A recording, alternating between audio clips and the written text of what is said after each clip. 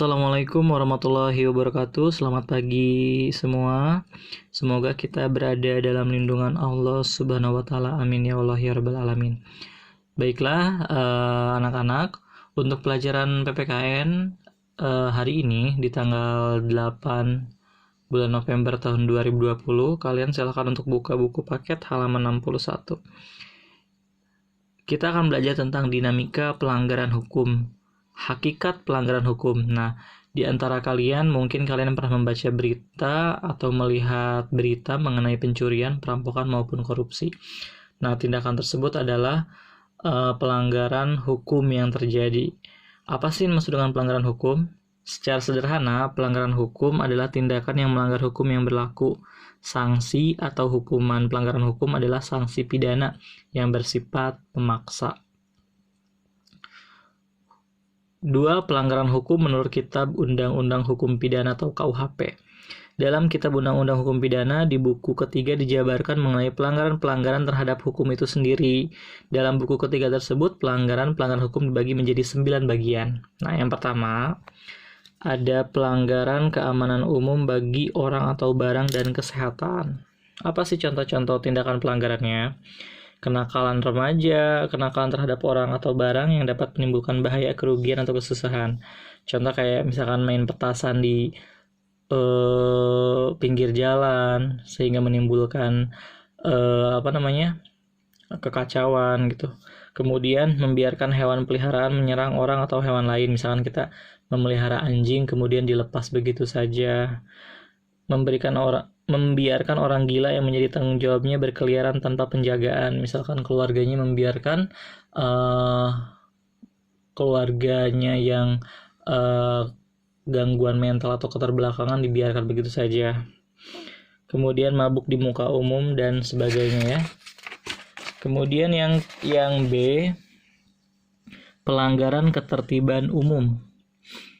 Contohnya, barang siapa membikin ingar atau riuh sehingga membikin gaduh di dekat bangunan untuk menjalankan ibadat yang dibolehkan atau untuk sidang pengadilan waktu ada ibadat atau sidang pengadilan. Nah, itu contoh daripada pelanggaran ketertiban umum. Kemudian memakai gelar tanda kehormatan, gelar atau pangkat atau derajat dari asing tanpa izin presiden serta memakai suatu gelar ningrat tanpa wewenang.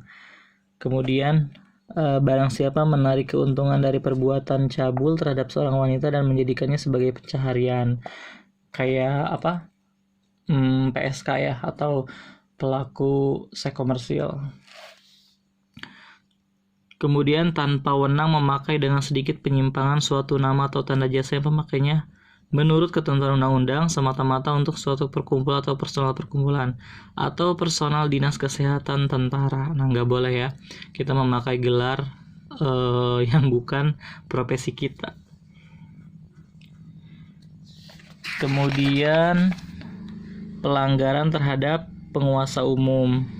Melanggar ketentuan peraturan penguasa umum yang telah diumumkan mengenai pemakaian dan pembagian air dari perlengkapan air atau bangunan pengairan guna keperluan umum.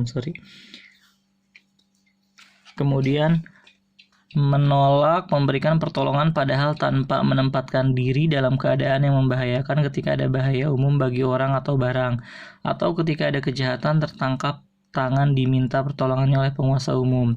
Menyobek, membikin tak terbaca atau merusak suatu pemberitahuan di muka umum dari pihak penguasa yang wenang atau karena ketentuan undang-undang. Misalkan kita mencabut spanduk atau misalkan kita mencoret baliho atau pamflet yang telah dipasang oleh penguasa gitu.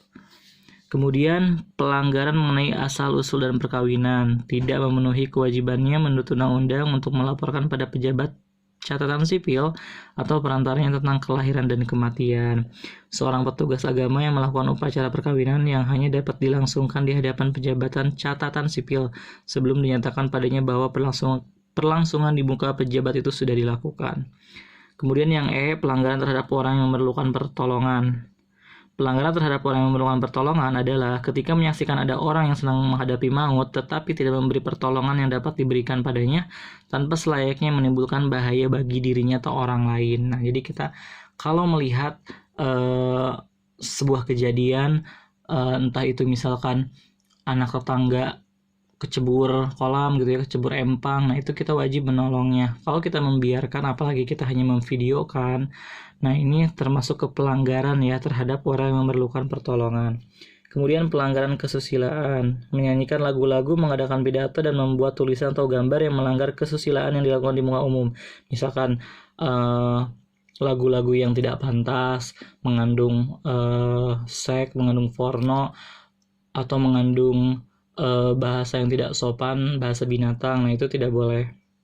Secara terang-terangan mempertunjukkan suatu sarana untuk mencegah kehamilan maupun secara terang-terangan atau tanpa diminta menawarkan, ataupun secara terang-terangan atau dengan menyiarkan tulisan tanpa diminta, menunjuk sebagai bisa dapat, saran atau perantara yang demikian itu. Pokoknya kalian nanti baca aja untuk jenis-jenis pelanggarannya ya. Kemudian ada pelanggaran jabatan, kemudian ada pelanggaran pelayaran. Nah itu. Kemudian macam-macam sanksi atau hukuman ya terhadap pelanggaran hukum. Kitab Undang-Undang Hukum Pidana menjelaskan sanksi yang diberikan bagi mereka yang melanggar. Dalam pasal 10 KUHP dijelaskan ada 2 macam sanksi atas pelanggaran hukum. Yang pertama pidana pokok, yang kedua pidana tambahan. Nah, pidana pokok itu pidana mati, penjara, kurungan, denda, atau tutupan. Kalau pidana tambahan yaitu pencabutan hak-hak tertentu, perampasan barang-barang tertentu, dan pengumuman putusan hakim. Contoh misalkan anggota DPR atau anggota legislatif, dia pasti diberikan kepercayaan untuk mendapatkan fasilitas gitu ya, seperti mobil, laptop, komputer, dan sebagainya. Tapi kalau misalkan mereka melanggar hukum, maka harus dicabut lah ya tentang apa yang diberikan oleh pemerintah gitu terhadap fasilitas. Contoh misalkan mobilnya ditarik, rumah dinasnya juga ditarik ya, dan lain sebagainya. Berikut penjelasan hukum pidana. Ada hukum mati. Hukum mati di Indonesia diberikan kepada beberapa kasus seperti pengedar narkotika ya. Bukan pemakai tetapi pengedar, karena pengedar itu lebih berbahaya karena mereka memberikan akses atau jalan untuk si para pemakai gitu ya, sehingga mereka harus dihukum mati. Kemudian penjara. Apa sih bedanya penjara sama kurungan? Nah, kalau kurungan ini adalah pelanggarannya ringan, kalau penjara itu adalah pelanggaran yang berat. Kalau kurungan ini jangka waktu tidak panjang ya, tidak lebih dari 1 tahun 4 bulan. Kalau misalkan penjara ini biasanya lebih dari 2 tahun. Kemudian ada denda. Salah satu bentuk sanksi adalah hukuman denda. Besarnya hukuman denda diatur dalam undang-undang terkait dengan tindakan pelanggaran dan kejahatan yang dilakukan. Pasal 30 ayat 2 KUHP menjelaskan bahwa jika pidana denda tidak mampu terbayar dapat diganti dengan pidana kurungan. Kemudian tutupan. Nah, hukuman tutupan jarang sekali diberikan di Indonesia dalam pelaksanaannya. Hukuman ini diatur dalam Undang-Undang Republik Indonesia Nomor 20 Tahun 46. Ya, pasal 1 Undang-Undang Nomor 20 Tahun 46 menyatakan bahwa hukuman tutupan dilakukan untuk menggantikan hukuman penjara. Gitu ya. Kalian harus bisa menjelaskan, kalian harus bisa membedakan hukum pidana dengan hukum perdata. Nah, kalau hukum pidana ini disebut dengan hukum publik, bersifat umum. Kalau misalkan hukum perdata ini disebut dengan hukum privat gitu ya. Jadi hanya 1 atau 2 orang aja hubungannya, tidak lebih. Dan hukum pidana sanksinya itu tegas, hukumnya hukum pidana, sanksinya sanksi pidana. Tapi kalau perdata hukumannya adalah ganti rugi.